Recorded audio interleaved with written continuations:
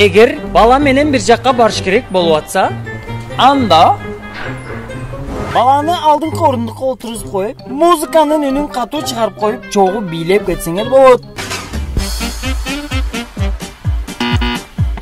Же болбосо баланы унаанын арткы орундугуна отургузуп, музыканын үнүн катуу чыгарып кетсе деле болот. Же болбосо коопсуздуктун бардык эрежелерин сактоо. Баланы унаанын арткы орундугуна отургузуп, коопсуздук курун тагып, жана жарыкты чагылдыруучу билерикти тартуу. Ал эми бала өтө кичине болсо, анда атайын унаа отургучуна отургузуу керек.